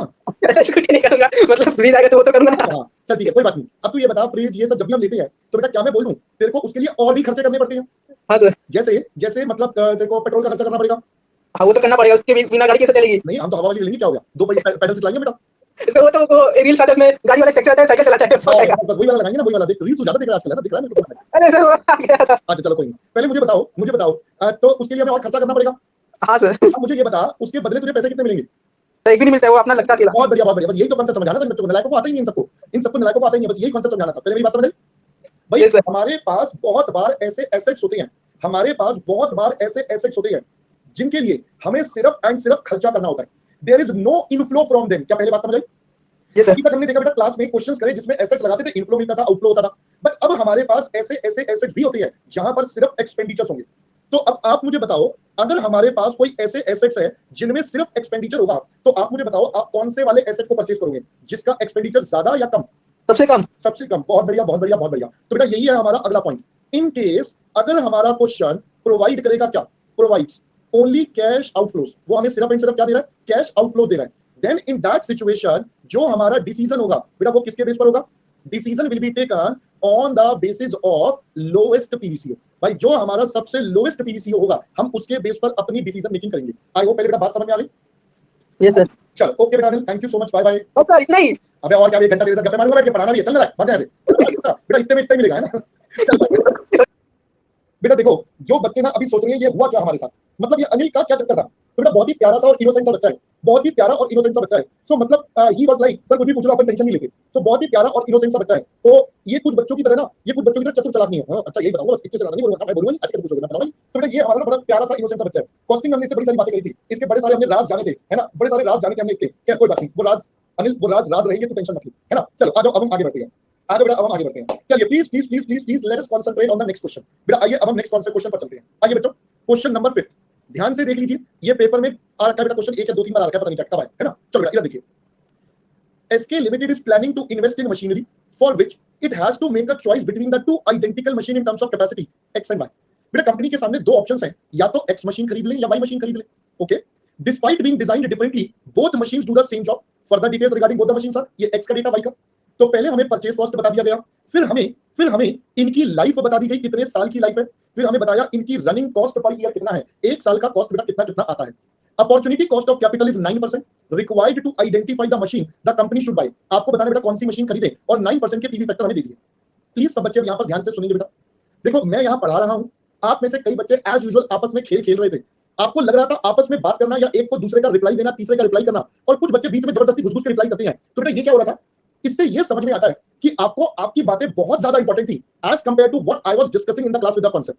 यही वो बच्चे हैं जो अभी 10 मिनट बाद क्वेश्चन खत्म होने के बाद बोलेंगे, सर एक बार रिपीट करना, एक बार ये वाला पॉइंट रिपीट करना, सर ये वाला पॉइंट रिपीट करना। तो यही वो नमूने होंगे, एक एक करके चुन चुनकर जो यही बातें बोलेंगे।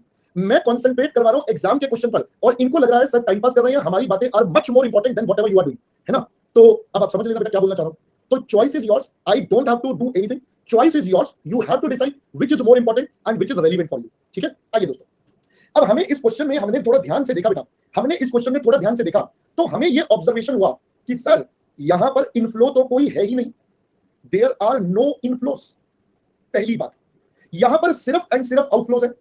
अब बेटा बताइए, जब सिर्फ आउटफ्लोज है तो अब की बार मैं अपने आंसर में सिर्फ पीवीसीओ की स्टेटमेंट बनाऊंगा बेटा, मुझे और कुछ बनाने की जरूरत ही नहीं है। पहली बात। दूसरी बात, अभी पूरी बातें सुनो बेटा, पूरी बातें सुनो। दूसरी बात, मैं अगर अपने आउटफ्लोज की बातें करूं तो मेरे पास दो प्रकार के आउटफ्लोज हैं। सबसे पहला आउटफ्लो होगा परचेज कॉस्ट का, जो हमें उसको खरीदने में चाहिए। ये तो होता भी कैश आउटफ्लो है, कोई टेंशन नहीं है, और ये वन टाइम होता है। But there is a concept of running cost which is per year मेरे दोस्त। अब ये 1 ईयर का है, मतलब it is recurring in nature बच्चा, ये हर साल रिपीट होता रहेगा, it is recurring in nature, बार बार लगेगा। अगर ये बार बार लगेगा, बताओ बार बार सेम अमाउंट लग रहा है या अलग अलग? बार बार सेम अमाउंट लग रहा है या अलग अलग? सेम, पहली बात। बट एक प्रॉब्लम है सर, एक प्रॉब्लम, ये रनिंग कॉस्ट रेवेन्यू नेचर है या कैपिटल नेचर? ये नेचर कौन सा है? Revenue nature. तो बताइए, यानी कि इसके ऊपर तो क्या एडजस्ट करना पड़ेगा? इसके ऊपर बेटा टैक्स की एडजस्टमेंट बनती है। बट इस क्वेश्चन में बच गए और टैक्स गिवन नहीं है। इस क्वेश्चन में आप बच गए क्योंकि टैक्स गिवन नहीं है। तो दोस्तों हम इस क्वेश्चन को बहुत ही सिंपल और आसान तरीके से कर सकते हैं। सर कैसे? मैंने कहा देखिए, मेरे पास एक कॉलम बन जाएगा सबसे पहले बेटा पर्टिकुलर्स, फिर मेरे पास दो मशीन से, एक मशीन एक्स है और एक मशीन वाई है। अगर मैं इन दोनों की बात करूं तो सबसे पहले हमें बताया गया रनिंग कॉस्ट पर एनम कितना, तो हमें बताया गया यहां पर 4 लाख रुपए का खर्चा, यहां 6 लाख रुपए सालाना।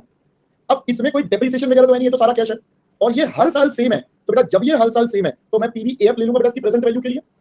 अब सर पीवीएफ कितने? सर यहां पर होगा 9% और ये 3 साल चलेगा, तो यानी कि ये बेटा 3 साल के लिए, और यहां पर होगा पीवीएफ 9% 2 साल के लिए। अब मेरे को ये वैल्यू गिवन है। अब मैं अगर पीवीएफ निकालूं 3 इयर्स का, तो आपको इनका टोटल करना है। ध्यान से सुन लो पहले पूरी बात। जो वैल्यू क्वेश्चन में गिवन है उनका टोटल करना है, कैलकुलेटर इस्तेमाल नहीं करना। यही बात मैंने समझाई थी। हो सकता है कई बार राउंडिंग ऑफ का छोटा मोटा फर्क आ जाए, तो आपको वो काम नहीं करना। और अगर 2 साल का करें तो आप बता रहे हो 1.759, तो बेटा ये आता है 2.531, 1.759। अगर मैं इन दोनों को मल्टीप्लाई कर दूं तो मेरे पास present value of running cost आ जाएगी। तो ये बन जाएगा दोस्तों, ये बन जाएगा हमारे पास 4 लाख इंटू 2.531, 10,12,400। ये बन जाएगा 6 लाख इंटू 1.759, 10,55,400। आई होप पहले बेटा बात समझ में आ गई। So this is 10,55,400 and 10,12,400। So this is 10,12,400।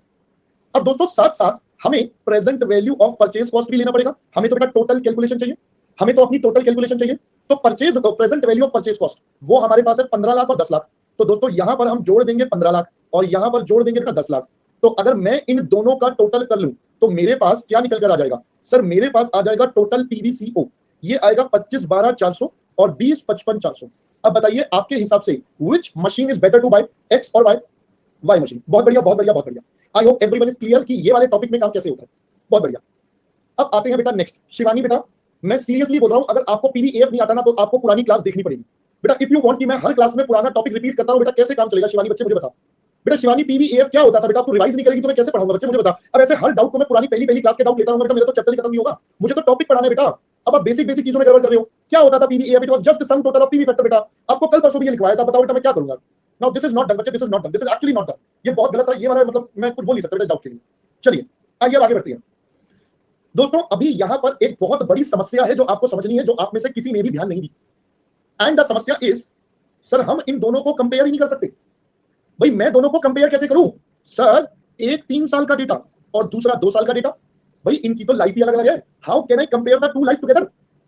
तो अब मुझे पहले इनको इक्विवेलेंट करना पड़ेगा बेटा। मैंने क्या बोला बेटा? इनको मुझे इनको इक्विवेलेंट पे कन्वर्ट करना पड़ेगा। अब इक्विवेलेंट का मतलब क्या हो गया? So the concept another you have to discuss with me is we have to calculate equivalent annual PVCO, क्योंकि यहां पर हमारे पास सारे पीवीसीओ है तो हम पीवीसीओ निकालेंगे। सर पीवीसीओ इक्विवेलेंट कैसे निकलेंगे? मैंने कहा आइए जरा समझते हैं। हम करेंगे पीवीसीओ डिवाइडेड बाय, अब ध्यान से सुनना बेटा, यहां डिवाइडेड बाय 3 या डिवाइडेड बाय 2 नहीं होगा। It is not the case. Sir why so? मैंने कहा बिकॉज, पहले रीजन सुन लो वरना 10 दिन तक यही पूछते रहोगे। अभी तो देखना जो रिकॉर्डेड देखते हैं वो तो 4 बार ये पूछेंगे सर ये रीजन बताना, सर ये रीजन बताना। आप में से बहुत सारे बच्चे भी शाम को दोबारा पूछते हैं सर ये रीजन बताना क्या था। बेटा क्लास ध्यान से सुनेंगे नहीं ना? सुनिए बेटा, ये वैल्यू है क्या? पहले तो ये समझो, ये वैल्यू है present value. This is our present value. जो फ्यूचर में पैसा आने जाने व्हाटएवर इट इज, हम उसकी बात नहीं कर रहे, उन सबकी आज की वैल्यू है। ये एक्चुअली में खर्चा तो फ्यूचर नहीं होना, ये एक्चुअली में खर्चा तो फ्यूचर नहीं होना, ये एक्चुअली खर्चा फ्यूचर में होना है, बट है ये प्रेजेंट वैल्यू। तो बेटा हमें इसको डिवाइड करना पड़ेगा जितनी लाइफ है उसके प्रेजेंट वैल्यू से। मतलब हम ये मान के चलेंगे कि भाई हमें ये देखना है ये वाला खर्चा अगले हर साल में कितना कितना स्प्रेड होगा। तो अगर हम देखें हर साल 1 साल के बराबर का खर्चा, तो बेटा हम इसको डिवाइड कर देंगे पीवीएफ फॉर लाइफ से। हमें तो इक्विवेलेंट 1 साल का निकालना, तो यानी कि 25,12,400 डिवाइडेड बाय 2.531। जरा पहले कैलकुलेट करिए, फिर मैं एक बार इसका मतलब और बताऊंगा। पहले एक बार क्वेश्चन कंप्लीट करता हूं फिर मैं मतलब बता दूंगा।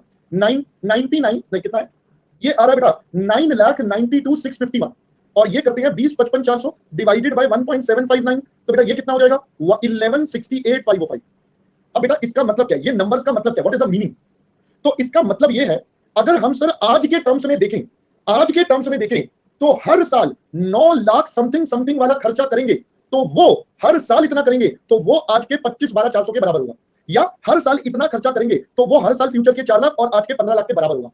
ऑल्दो लगेगा तो आज 15, बट हम इक्विवेलेंट लगा रहे हैं, प्रेजेंट वैल्यू लगा रहे हैं, तो हम यहां मानते हैं कि हर साल कितना, तो हर साल के लिए बेटा एन्युटी बनानी पड़ेगी और एन्युटी ईयर की बनेगी, इसीलिए ईयर के एन्युटी फैक्टर से डिवाइड होता है। क्योंकि हमें हर साल का सेम अमाउंट बनाना है, एन्युटी बनानी है, that is what equivalent is all about. So हमने कहा भाई एवरेज हर साल इतना, सो दैट इज व्हाई हमें एन्युटी के लाइफ से डिवाइड करना है। अब इसमें 3 साल की एन्युटी थी तो ये 3 साल का, 2 साल का तो 2 साल, तो यहां सिंपल एवरेज नहीं होता, यहां पर एन्युटी वाला कांसेप्ट लगता है, because all things are on present value terms. Since ये सब प्रेजेंट वैल्यू पर है तो भाई ये वाला पैसा भी एन्युटी टर्म्स में देखना पड़ेगा कि आपका जो भी पैसा जब भी लग रहा है, अगर हम सबको एवरेज कर दे तो हर साल कितना कितना पैसा लगेगा, हर साल कितना कितना पैसा लगेगा, जिससे जो टोटल इन्वेस्टमेंट है बराबर हो जाए। तो हर साल जब हम इतना इतना लगाएंगे तो वो हमारा बराबर हो जाएगा बेटा किसके, इस अमाउंट के। तो everywhere it is this amount जो फ्यूचर में लगेगा। मतलब आज इतना, 1 साल बाद, 2 साल बाद, 3 साल बाद, अगले 3-4 साल तक ये वाला पैसा लगाओगे, उसकी प्रेजेंट वैल्यू बेटा कितने के बराबर आ जाएगी, 25-12-400 के बराबर। यानी कि ईयर 1 पर इतना खर्चा होगा, ईयर 2 पर होगा, ईयर 3 पर होगा, और उन सबकी वैल्यू मिलाकर आज की इतनी, ऐसे बेटा यहां पर हर साल इतना इतना इतना और इतनी वैल्यू। तो अब यहां से हमें समझ में आ गया सर हमारे लिए बेस्ट ऑप्शन कौन सा है, हमारे लिए अब आ गया आंसर मशीन एक्स। तो हम यहां पर लिख सकते हैं therefore machine X is recommended. आप इसको रिकमेंड करोगे ड्यू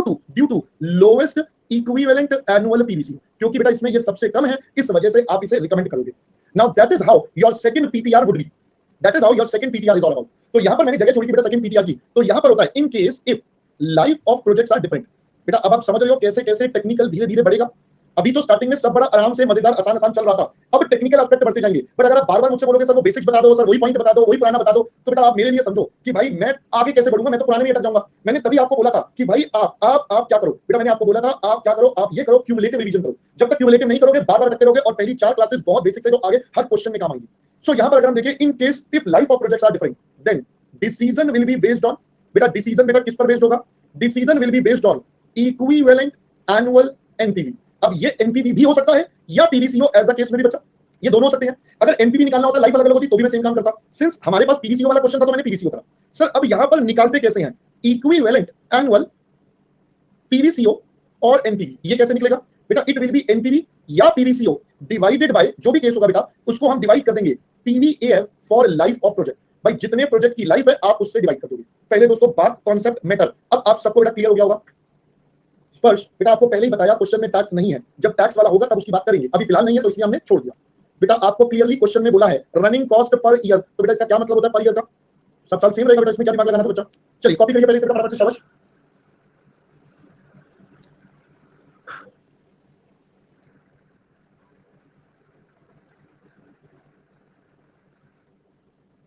बेटा क्या करूं फिर, पारस आपने फोन किया था तो मैं क्या करूं बच्चे बता, मैं क्लास कैंसिल पहले बीच में छोड़ के आपसे फोन पे बात करूं जरूरी, should I cancel the class and attend your call बच्चा।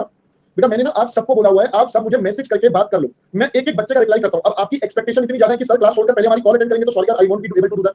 आपकी जितनी समस्याएं होती है मैं सबको रिप्लाई करता हूं, each and every one of you. But आप देखो बेटा गलत का बात करोगे तो मैं कैसे काम करूंगा बच्चा, मुझे बता। तेरे को पता है मैं सुबह 11:15 बजे से लेकर मेरी रात को 9:30 बजे तक बैक टू बैक क्लासेस है। नाउ यू वांट कि मैं क्लास भी लेता हूं, आपसे सारी बात भी करूं, सब कुछ करूं बेटा, तो दिस इज नॉट जस्टिफाइंग ना बच्चा। बेटा आप मैसेज कर दो, मैं सबको बोलता हूं आपको जवाब मिल जाएगा, थोड़ा आगे पीछे मैं कोशिश करता हूं विद इन सेम डे सबको जवाब मिलेगा। बट आप बच्चे हो कि नहीं सर हमें तो अभी बताओ, तो बेटा ऐसा नहीं हो पाएगा ना। बेटा कृष्णकांत क्यों करना है बेटा, मान ले एक की लाइफ 2 साल होती, एक की 6 साल होती, फिर क्या करता बता मुझे। 2 और 3 को मैथ कैसे करेगा, 2 वाले को 4 पर लेकर जाएगा, 3 वाले को 6 पर लेकर जाएगा, पहले एलसीएम लेगा फिर कैलकुलेशन करेगा, मतलब 2 वाले को 3 गुना करूं, 3 वाले को डबल करूं, दोनों 6 साल होंगे फिर कंपेयर करूं। बेटा तेरी चॉइस से टाइम पास करता है, बट प्रैक्टिकली ऐसा होता नहीं बेटा, इक्विवेलेंट का कांसेप्ट लगाना पड़ता है। गॉट इट बेटा। अमित मैंने अभी आपको बात बोली भाई टैक्स था ही नहीं तो मैं क्यों बात करूं अभी उसकी, जब होगा तो बात करेंगे ना बच्चे। बेटा अब फिर वही बात है ना, फिर वही मिला बेटा, टैक्स जब है ही नहीं तो मैं क्यों बात करूं, जब आएगा करवाऊंगा ना, क्यों परेशान होते हो इतनी जल्दी। बेटा जो समझा रहा हूं वो समझना नहीं, बट नहीं पहले ये बता दो। अबे नालायक, मैं बता रहा हूं जिंदगी में ना बहुत सारे बच्चों को ना इसका मतलब ही नहीं पता होता ये निकाल क्या रही है, इसका मतलब ही नहीं पता होता ये निकाल क्या रही है। व्हाट इज दिस, उनको कुछ भी बोल दो बात तो मान जाते बच्चे, बच्चे उनको आज से पहले भी कोई लॉजिक समझ नहीं आया होता तो वो कहते हैं छोड़ना होगा तो चलना मरने दे। मैं बता रहा हूं, मैं आपको एक एक पॉइंट का लॉजिक बता रहा हूं दोस्त, पेशेंस पेशेंस। चलिए अब बढ़ते हैं बेटा क्वेश्चन नंबर 5 पर, जल्दी करिएगा प्लीज, मेक इट फास्ट, जल्दी करिए बच्चों, जल्दी जल्दी करो।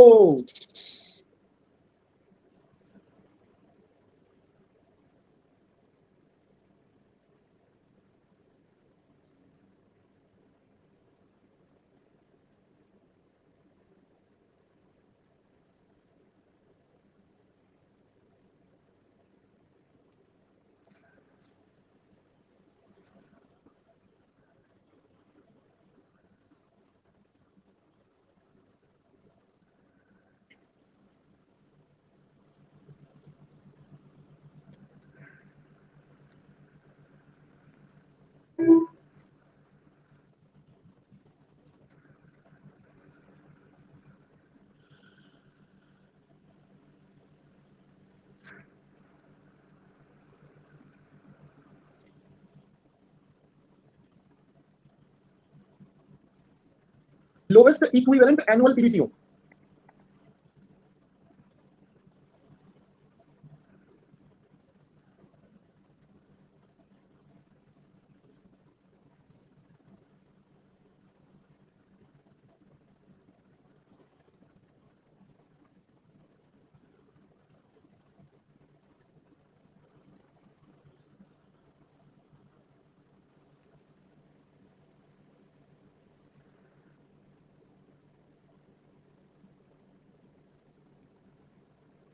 चलिए दोस्तों, आई गेस यहां तक आपने आप डन कर लिया है।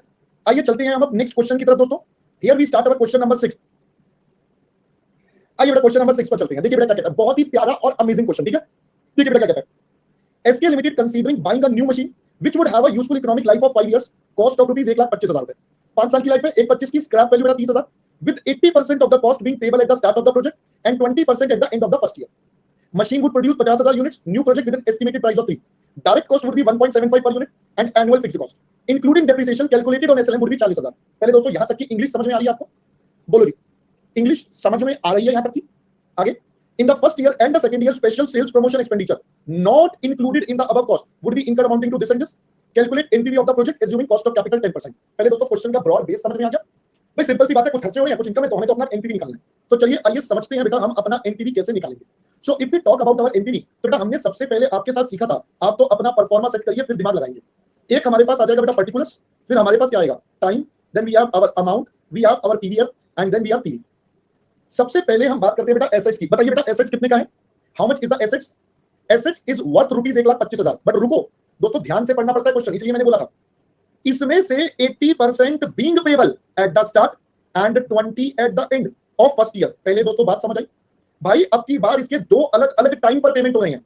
अगर दो अलग अलग टाइम पर पेमेंट होंगे तो बेटा यहां पर हम लिखते हैं कॉस्ट ऑफ मशीन टाइम 0 पर 1,25,000 का 80%, 1 लाख रुपए, इसका पीवी फैक्टर 1 बेटा 1 लाख रुपए। फिर ईयर 1 पर 1,25,000 का 20% यानी कि 25,000 रुपए, और 10% के हिसाब से दिस इज 0.909। तो 25,000 इंटू 0.909 बेटा वैल्यू बचेगी 22,725। अब ये तो पहले हो गया। सर इसके अलावा क्या आपको कोई और कैपिटल नेचर का एक्सपेंडिचर दिया गया है, जैसे working capital, additional assets, additional working capital? No. तो दोस्तों हम इसको यहीं पर क्लोज कर देते हैं। 1,22,725 दिस बिकम्स योर पीवीसी। पहले तो बेटा आउटफ्लो हमारे रेडी। फिर इनफ्लो की बात करें तो we have our cash flow from operations. अब ये 3 साल में पैसा आएगा, इसके लिए बनाना पड़ेगा वर्किंग नोट। तो अगर हम इसके लिए वर्किंग नोट बनाएं तो दिस इज ईयर 1, ईयर 2 और ईयर 3। Ready guys? सबसे पहले we have to start with sales. बताइए बच्चों सेल्स, क्वेश्चन ने बोला था 50,000 यूनिट्स और 3 रुपए का यूनिट। तो दोस्तों कितना हो गया बेटा बताइए? सर एक मैं लिख देता हूं 50,000 इंटू 3 यानी कि 1.5 लाख रुपए की sales and every year it is same, क्योंकि हमें कोई बताया तो है नहीं अलग अलग है। माइनस कर देते हैं इसमें से डायरेक्ट कॉस्ट। क्वेश्चन ने बताया था डायरेक्ट कॉस्ट इज 1 रुपया 75 पैसा। तो करो बेटा 50,000 इंटू 1 रुपया 75 पैसा, तो आपके पास ये वैल्यू आ रही है 87,500। अब बेटा ये कॉस्ट है तो मैं तो इसे ब्रैकेट्स में लिखूंगा ताकि मुझे याद रहे ये माइनस करना है, वरना कई बार गड़बड़ हो जाती है। फिर आगे क्या बोला? आगे बोला, अब इंग्लिश थोड़ी ध्यान से पढ़नी है, annual fixed cost, important point, including depreciation. तो दोस्तों इसमें डेप्रिसिएशन जुड़ा हुआ है, तो बहुत अच्छी बात है, जुड़ा हुआ है तो जुड़े रहने दो। अब मैं अलग अलग करूंगा नहीं, तो मैं यहां लिख देता हूं फिक्स्ड कॉस्ट इंक्लूडिंग डेप्रिसिएशन। बेटा सब में से 40,000 माइनस कर देते हैं। अब मैं सब में से 40,000 माइनस कर दूं तो अब इसके अलावा सर भूल गए, देखो आप ये सेल्स प्रमोशन एक्सपेंसेस भी तो थे, ये 2 साल लगने हैं 10,000 15,000, तो ये हो जाएगा बेटा सेल्स प्रमोशन, यहां पर 10,000 और यहां 15,000।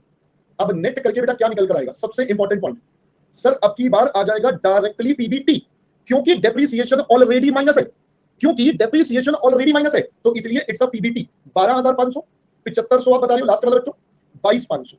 आई होप पहले बात समझ में आ गई। अब इसके बाद लगता है टैक्स। बताइए क्या क्वेश्चन में टैक्स गिवन है? नो। तो यानी कि दोस्तों यही मेरा बन गया pack, this becomes my pack. अब मुझे बताओ मैं इसमें डेप्रिसिएशन ऐड कर दूं? बेटा शुभम इंक्लूडिंग का मतलब होता है जुड़ा हुआ, जुड़ा हुआ, तो जुड़ा हुआ है ना उसके अंदर, तो आ गया, तो सीधा हमारा पीबीटी आ गया। यानी कि जब हमने 40,000 माइनस करा, डेप्रिसिएशन जुड़ा हुआ है, तो जब हम सेल्स में से माइनस करेंगे तो डेप्रिसिएशन भी माइनस हो गया। अब डेप्रिसिएशन बेटा कितना? अब पहले बताओ फर्स्ट ईयर का डेप्रिसिएशन कितना, पहले साल का डेप्रिसिएशन? स्क्रैप आपको दे रखा है बेटा 30,000 का, स्क्रैप आपको 30,000 का गिवन है। पहले साल का डेप्रिसिएशन, पहले साल का डेप्रिसिएशन, पहले साल का डेप्रिसिएशन। चलिए बेटा ध्यान से सुनना, जो बच्चे गड़बड़ करते हैं सुनिए दोस्तों, ये 1,25,000 क्या है? सर ये तो कैश फ्लो है, हमारी टाइमिंग अलग अलग हो रही है। ऑल्दो जब आपने पहले दिन एसेट्स खरीदा तो बुक्स में तो 1,25,000 डेबिट करोगे ना मशीनरी अकाउंट में, उसकी पेमेंट बाद में हो रही है, वो अलग है। जैसे आप गाड़ी लोन पर खरीदते हो तो बेटा पहले दिन से आप पूरी कॉस्ट पर डेप्रिसिएशन लगाते हो, आप पूरी कॉस्ट पर डेप्रिसिएशन लगाते हो, ऐसा तो नहीं है जितने पैसे दिए उतने पर। बेटा ये टाइमिंग गैप सिर्फ पेमेंट का हो रहा है, तो आपको पूरे अमाउंट पर लेना है, दैट इज 1,25,000, फिर माइनस 30,000 का स्क्रैप और 3 साल में अमोर्टाइज। 3 साल कितनी है लाइफ, कितनी है बेटा प्रोजेक्ट की? 5 साल, sorry my bad, my mistake बेटा, लाइफ ऑफ द प्रोजेक्ट 5 है, तो एवरी ईयर इट्स 19,000 का बच्चा डेप्रिसिएशन। तो अब आप मुझे बताइए, मैं जब इनका टोटल कर लूंगा तो बेटा मेरे पास क्या निकल कर आ जाएगा? बेटा मेरे पास मेरे घर की कैश फ्लो आ जाएंगे, तो करिए बेटा कितना आता है? ये आ जाएगा, आप बता रहे हो 31,500, 26,500 और ये आ जाएगा बेटा 41,500। तो फाइनली दिस इज 31,500, फिर 26,500 और लास्ट में बेटा 41,500, 0.909, 0.826, 0.751। ये पहले बेटा तीनों के तीनों आ गए, ये पहले बेटा तीनों आ गए। फिर मैंने आपको एक और बात बोली थी, मैंने क्या बताया था, मैंने आपको कहा था दोस्तों स्टार्ट फ्रॉम द बिगिनिंग, याद है, स्टार्ट फ्रॉम द बिगिनिंग। तो बेटा बिगिनिंग में मशीन है, बताओ क्या मशीन की सेल वैल्यू गिवन है, क्या मशीन की सेल वैल्यू गिवन है, नो सेल वैल्यू नहीं गिवन। तो बेटा किसके बराबर, तो स्क्रैप के बराबर। मेथड कौन सा चल रहा है डेप्रिसिएशन का, एसएलएम। एसएलएम मेथड में बुक वैल्यू बोलो स्क्रैप वैल्यू बोलो, अगर दोनों बराबर होते हैं तो कोई कैलकुलेशन की जरूरत नहीं है, आप डायरेक्टली लिख दोगे cash flow from sale of assets, आप डायरेक्टली लिख दोगे cash flow from sale of assets, यही होगा बेटा।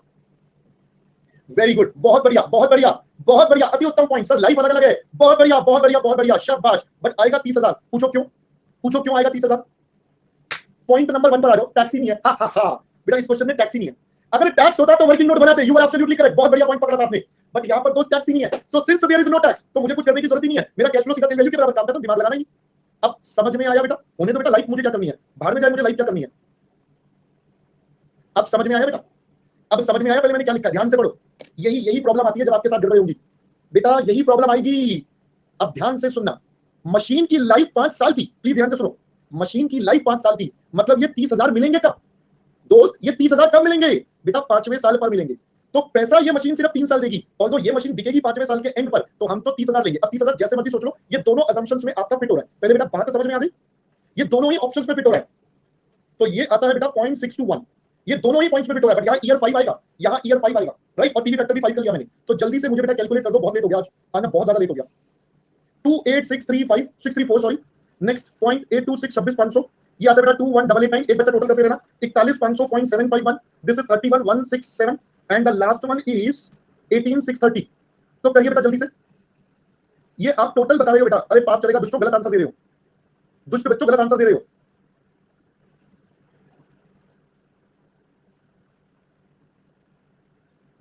देखो यहीं पर है अगला पॉइंट, समझाएं जरा अगला पॉइंट, अगला पॉइंट समझाएं, क्योंकि बेटा 2 मिनट समझना पड़ेगा वरना ये अटक जाएगा क्वेश्चन।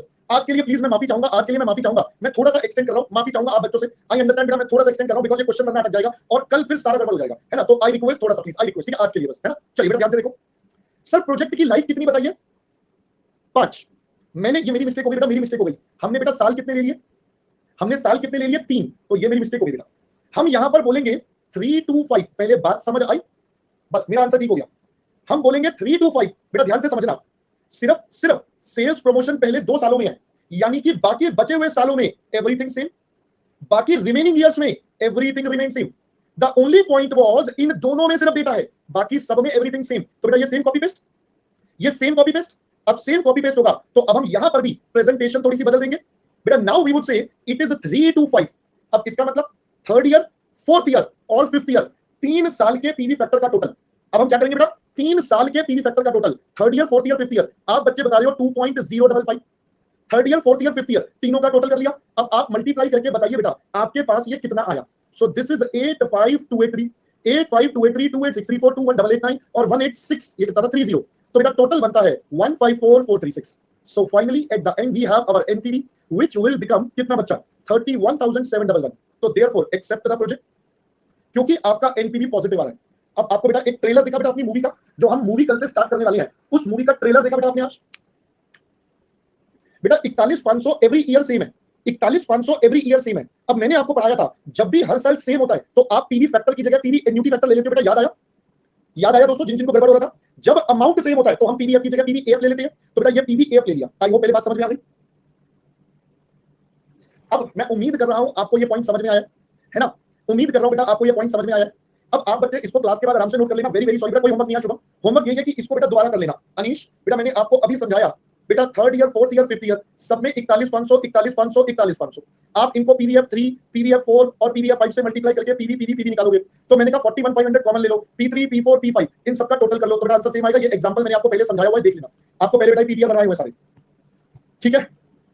अब ध्यान से सुन लो, ध्यान से सुन लो बेटा, कल सारा रिवाइज करके आना वरना और ज्यादा दिक्कतें आएंगी, कल क्लास का लेवल और ज्यादा बढ़ जाएगा। ये कैलकुलेटर पे कैसे करेंगे इसका शॉर्टकट क्या है मैं कल बता दूंगा। आज के लिए 3rd year, 4th year, 5th year तीन के अमाउंट लिखो, उनका टोटल कर दो, ठीक है, 3 लिखो, उनका टोटल कर दो, सिंपल। बाकी कल अपन इसके शॉर्टकट देख लेंगे। दूसरा बेटा 30,000 आया क्योंकि बेटा हमने आपके साथ क्या करा, हमने आपको बोला एट द एंड 30,000 मिल रहे हैं, टैक्स है नहीं, तो जब टैक्स नहीं होता तो कैश फ्लो और सेल वैल्यू बराबर हो जाती है। ये सारे बेसिक कॉन्सेप्ट पढ़ाए थे आपको। बेटा ये पढ़ने पड़ेंगे, जब तक पढ़ोगे नहीं हर क्वेश्चन में अटकोगे। मैं बार बार बता रहा हूं, जब तक पढ़ोगे नहीं हर क्वेश्चन में अटकोगे। मैं पहले दिन से यही बात बोल रहा हूं। अब आज आपको बेटा ट्रेलर देखकर समझ आ गया होगा कि भाई पढ़ना पड़ेगा, पढ़ना पड़ेगा, पढ़ना पड़ेगा, रिवीजन करनी पड़ेगी। नहीं करोगे तो बेटा हर क्वेश्चन में फंसोगे। फिलहाल अभी के लिए मैं आपसे बाय बाय लेता हूं, बिकॉज टाइम बहुत ज्यादा एक्सीड कर गया। मेरी भी नेक्स्ट क्लास का टाइम है बेटा, मुझे ब्रेक मिलेगा, बट ठीक है कोई बात नहीं। चलिए इसके बाद 7:30 बेटा टेस्ट के लिए मिल रहे हैं, जो मैंने लिंक आपको यहाँ पर दे दिया, एनरोल कर लो and we will meet at 7:30 for material chapter test. Bye bye दोस्तों, bye bye bye bye bye.